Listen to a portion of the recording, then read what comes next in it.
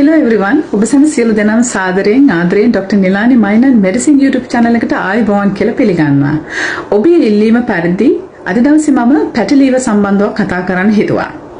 මොකද පැටලීව කියන්නේ? බොහෝ අය හිතනවා අපි වැඩිපුර ආහාරයට තෙල් ගත්තාම මෙය පැටලීව තත්ත්වයට එන්න පුළුවන් කියලා. නමුත් ඇත්තටම එහෙම නෙවෙයි. අපි සීනි සහ වැඩිපුර පිටි ආහාරයට ගැනීමෙන් ග්ලූකෝස් එහෙම නැත්නම් ෆ්‍රුක්ටෝස් බවට වෙනස් වෙනවා. මොකද ග්ලූකෝස් කියන්නේ? ග්ලූකෝස් කියන්නේ ශරීරයට එනර්ජි එකක් විදිහට එකතු වෙනවා. නමුත් ෆ්‍රුක්ටෝස් කියන්නේ ඍජුවම භාවිතා නොවි ඍජුවම අක්මාවට යනවා. ෆ්‍රුක්ටෝස් වැඩි අක්මාවේකේ ෆැට් විදිහට තැන්පත් වෙනවා. එවිට මේ ෆැට් එක අක්මාවේ එකතු වෙලා ෆැටි ලීවර් තත්ත්වයට වෙන්න පුළුවන්. මේකේ වර්ග දෙකක් තියෙනවා. non alcoholic සහ alcoholic.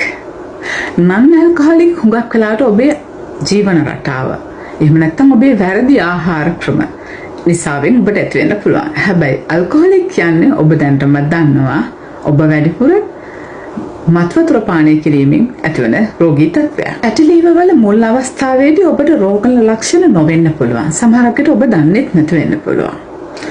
හැබැයි පසු කාලය වෙනකොට ඔබට බොහෝ රෝග ලක්ෂණ මතුවෙන්න පටන් ගන්නවා. තෙහෙට්ටුව, නිදිබර ගතිය, එනර්ජි නැතිකම, ඒ වගේ දේවල් ඔබට දැනෙන්න පුළුවන්. මුල් අවස්ථාවේ පැටලීව තත්ත්වය රිවර්ස් කරගන්න පුළුවන්. පැටලීව තත්ත්වයේ සිරෝසියක් දක්වා දුනොත් අපිට රිවර්ස් කරගන්න හරි අමාරුයි. එහෙම වෙලාවට බොහෝ වෙලාවට අපිට liver එකක් transplant කරන්න උනත් වෙන්න පුළුවන්. මේක පාලනය කරන්නේ කොහොමද? number 1 සීනි සහ පිටි ආහාර අඩු කරන්න ඕනේ. ඒ වගේම විශේෂයෙන් sweets and soft drinks වගේ දේවල් ඔබේ කැම වලින් ඔබ අඩු කරන්න ඕනේ. විශේෂයෙන් මේ කඩේ බදින ලද ආහාර fast food ඔබ අඩු කරන්න ඕනේ. ඔබ රෑ කෑම 8ට 9ට කනවා නම් ඔබට පුළුවන් හවස 6ට ඉස්සලා රෑ කෑම අරගෙන intermittent fasting ක්‍රමයට පුරුදුනත් යන්න පුළුවන්. ඒ කියන්නේ පැය 12ක් පැය 14ක කාලයක් ඔබේ liver එක ඔබට පුළුවන් විවේකයක් තියෙන. කොහොමුණත් මේ හැම දෙයක්ම කරන්න ඕන වෛද්‍ය අනුමැතිව සමග. සමහරක් ශරීරවලට මේ intermittent fasting ක්‍රමය හරියන්නේ නැහැ.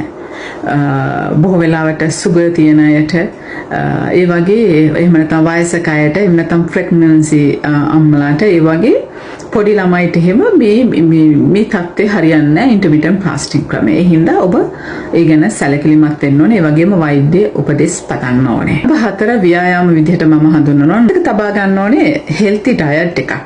ඒ කියන්නේ healthy diet එකක් කියන්නේ එළවලු, protein, natural ඒ වගේ එළවලු, පළතුරු වැඩිපුර ඔබේ ආහාරයට ගන්නවා නම්